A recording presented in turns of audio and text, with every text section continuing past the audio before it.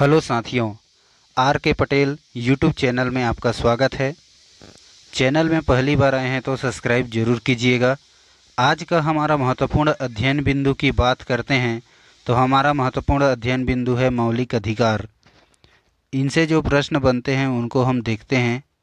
मौलिक अधिकार से क्या क्या प्रश्न बनते हैं उनको हम विस्तार से समझते हैं।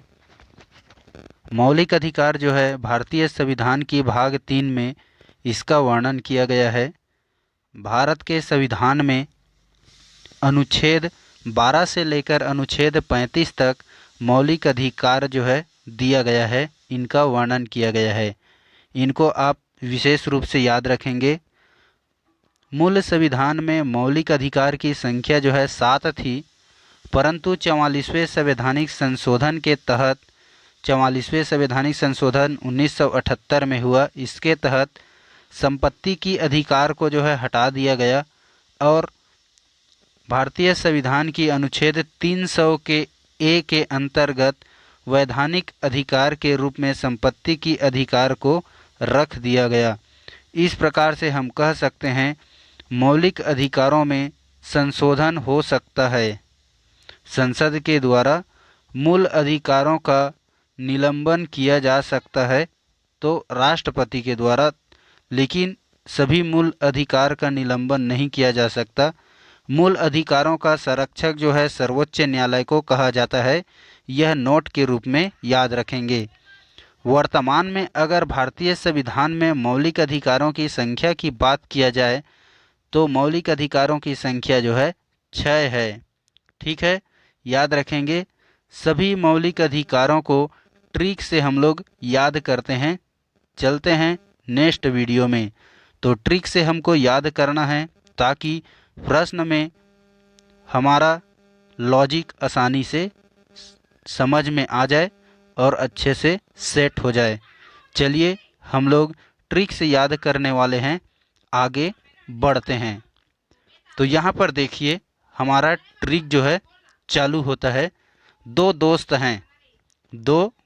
हैं ई और एफ। दो दोस्त हैं ABCD में ई और एफ एक साथ आता है। आप इनको आसानी से याद कर सकते हैं। ई और एफ जो दो दोस्त है, उन दो दोस्त में काफ़ी जिगरी हुआ है। आप केवल मेरे बात को ही समझिएगा। ई और एफ दोनों दोस्त है। इन दोनों ने शोध किया। क्या शोध किया? इन दोनों ने कुछ खोज किया, शोध किया। अरे यार, हम लोगों का जो संस्कृति है ना और जो शिक्षा है वह डाउन हो रहा है, नीचे हो रहा है, हमारी संस्कृति और हमारी शिक्षा। इसलिए हम संवैधानिक तरीके से इसका उपचार करें, ऐसा इन्होंने शोध किया। तो आप जान गए, ई से हो गया हमारा इक्वल।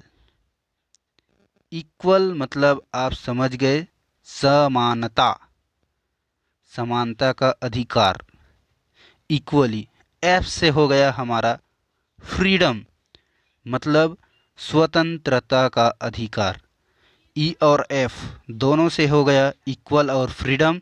सो से हो गया हमारा शोषण के विरुद्ध अधिकार, शोषण के विरुद्ध अधिकार। और ध से हो गया हमारा धार्मिक स्वतंत्रता का अधिकार। इस प्रकार से आपको समझना है। संस्कृति एवं शिक्षा का अधिकार, संवैधानिक उपचारों का अधिकार, यह दोनों जो है अपने ही बात पर अडिग है। चलिए आगे बढ़ते हैं। कुछ महत्वपूर्ण अनुच्छेद जो अक्सर परीक्षा में पूछे जाते हैं उनको हमको ध्यानपूर्वक समझना है और हमेशा के लिए याद करना है। नियम या विधि के समक्ष समानता अनुच्छेद 14 में है। अब 14 में अंग्रेजी का कौन सा वर्ण आता है? तो 14 में आता है एन। 14 में आता है एन। तो एन से हमारा हो जाएगा नियम।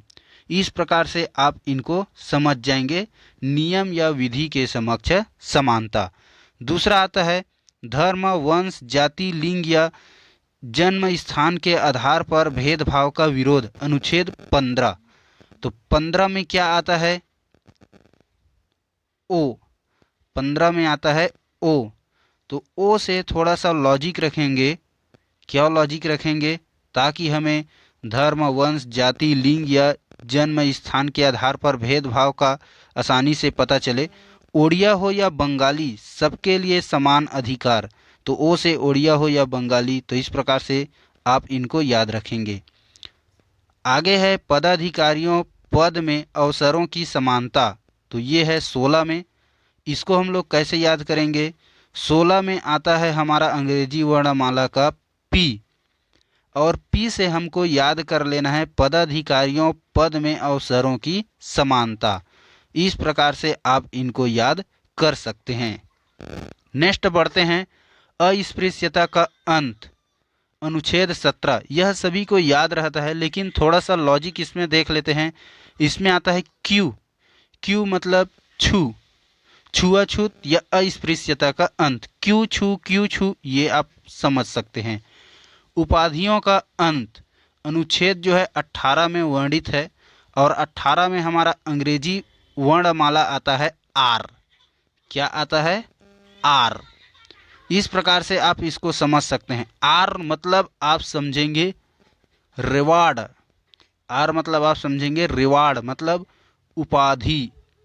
तो क्या क्या रिवार्ड है, क्या क्या उपाधि है, उन सब उपाधि का अंत। इस प्रकार से आप इनको समझ सकते हैं।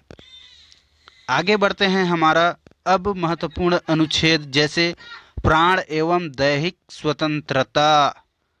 प्राण एवं दैहिक स्वतंत्रता अनुच्छेद 21 में 6 वर्ष से 14 वर्ष के बच्चों को निःशुल्क एवं अनिवार्य शिक्षा, ये अनुच्छेद 21 की क में है। प्रेस और अभिव्यक्ति की स्वतंत्रता, ये अनुच्छेद जो है 19 में है। इनको हम लोग भूल रहे थे, इसलिए नोट कराया गया। गिरफ्तारी के संरक्षण और निवारक विरोध, ये जो है अनुच्छेद 22 में वर्णित है। इनको याद करने का आपको उतना ज़्यादा ज़रूरत नहीं है। बलात् श्रम अनुच्छेद जो है 23 में वर्णित है, और बाल श्रम अनुच्छेद जो है 24 में वर्णित है। इसको आप आसानी से याद रख सकते हैं। आगे बात करते हैं अल्पसंख्यकों के संरक्षण। ये अनुच्छेद जो है अल्पसंख्यक के हितों का संरक्षण, अल्पसंख्यक के हितों का संरक्षण अनुच्छेद जो है 29 में वर्णित है। और संवैधानिक उपचारों का अधिकार अनुच्छेद 32 में वर्णित है। इसे भारतीय संविधान की आत्मा कहते हैं। इस प्रकार से आपको याद रखना है। वीडियो अच्छा लगा हो तो लाइक करेंगे, चैनल को सब्सक्राइब करेंगे। आप सभी साथियां वीडियो जो है अंत तक देखने के लिए मैं आपको दिल से सलाम करता हूं। Okay, thank you.